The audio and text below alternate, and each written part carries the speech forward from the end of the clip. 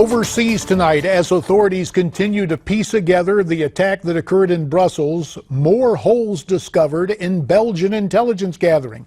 Earlier today, it was reported that Ibrahim and Khalid El Bakraoui, the brothers who were suicide bombers in those attacks, were part of a plan uncovered earlier this year to try and target a Belgian nuclear facility.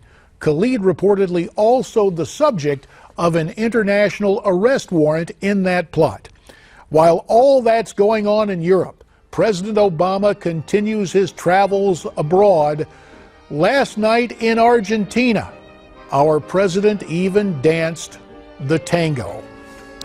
For more on this, we're joined by two gentlemen who certainly know the score overseas. First, Skyping in from Bonita Springs, Florida, the former chairman of the House Intelligence Committee, Pete Hoekstra.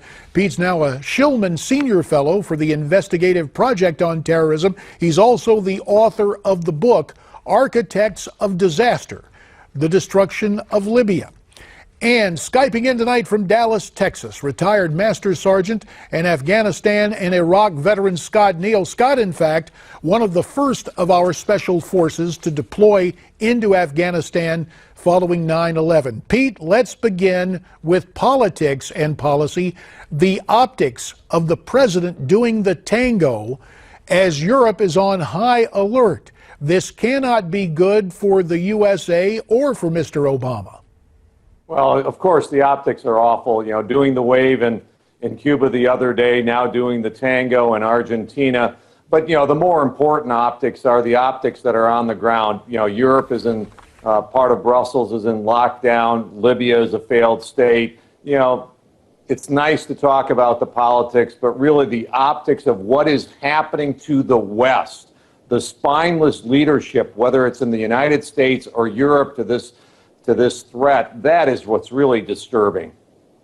Scott, let me turn to you. When it comes to intelligence and sharing intelligence, Belgian officials were warned by the Turkish government, I should say, about Ibrahim after he was caught at the border last summer.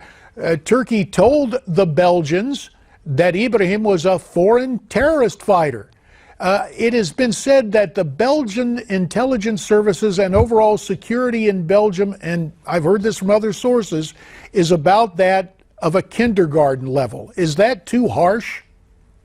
I really don't think it is. In 2007 through 2011, I was a Star Major of a foreign fighter task force in an interagency coordination cell.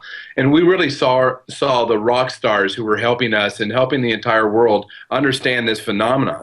And Belgium and some of these other countries really didn't take the problem serious enough. And they really didn't have the laws that we could share information or intelligence in a way that they would take an effective action against it. So to answer your question, yes, they're still JV in their own counterterrorism attempts. Pete, the EU reportedly asked Belgium to fix the gaps in border security 3 weeks before the attack. The EU cited several Belgian guards not doing their jobs, checking the manifests against the counterterrorism database. Could the attack, if Belgium had paid attention, is it fair to say this attack might have been avoided? I don't think so. I don't think so, JD. Take a look at Europe. I love the EU, you know, saying, you know, check the manifest and check the folks coming in. But Europe is a mess. Their borders all along, you know, the EU are a disaster. Remember, the EU, they're the ones that are allowing in, what, 1 million, 1.5 million refugees, migrants, whatever you want to call them, from Syria, from Iraq, and who knows where, with no proper vetting. And now they're going after Brussels and saying, you know, hey, Belgium, you're the problem. Now, the whole EU is asleep on this threat from radical Islam. They're not going after their indigenous problems. Their borders are a disaster, and they're not doing anything to solve the problem in Libya, Syria, and Iraq, taking the actual fight to ISIS. And speaking of taking the fight to ISIS, while the EU is mired in that bureaucratic inertia, Scott, a new AP report indicates ISIS has trained at least 400 fighters to get involved in attacks in Europe. If this checks out, what should the military response be? Do you think the EU might finally take this seriously and maybe do something to actually bring about some border security there on the continent? Well, they're going to have to start immediately. All of those two brothers and just a whole host of quiet cells that are in Brussels and all throughout Europe, they've been training in a playground that ISIS has hosted in the Middle East. And they've gained critical skills. They've met other brothers in arms, and they've all traveled home. Everybody fails to realize that just like American soldiers go home after deployment, so are these terrorists. And they're leaving with some very, very well develop skills on terrorism and where to attack. Now, what we don't know is who's leading them and orchestrating them, and who's getting their AK-47s and explosives and assembling those for them, so that when they do get home, they have an action plan. Pete, JD, final question for you. Just let me add, JD. Newsmax published an op-ed that I wrote today.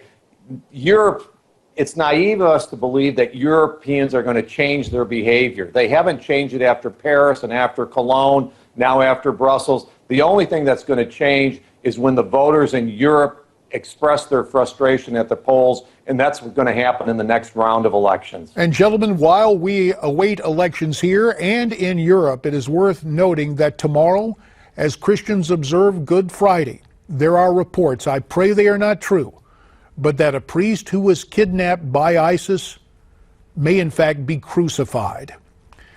Horrible to see the utter evil of ISIS. And gentlemen, we will have to leave you there. Scott in Dallas, Pete in Bonita Springs, Florida, we thank you very much. Your comments we would welcome on this and other topics. Here are a couple of ways for you to send me your comments to newsmaxtv.com/comments, or on Twitter. Our handle is @Newsmax Prime.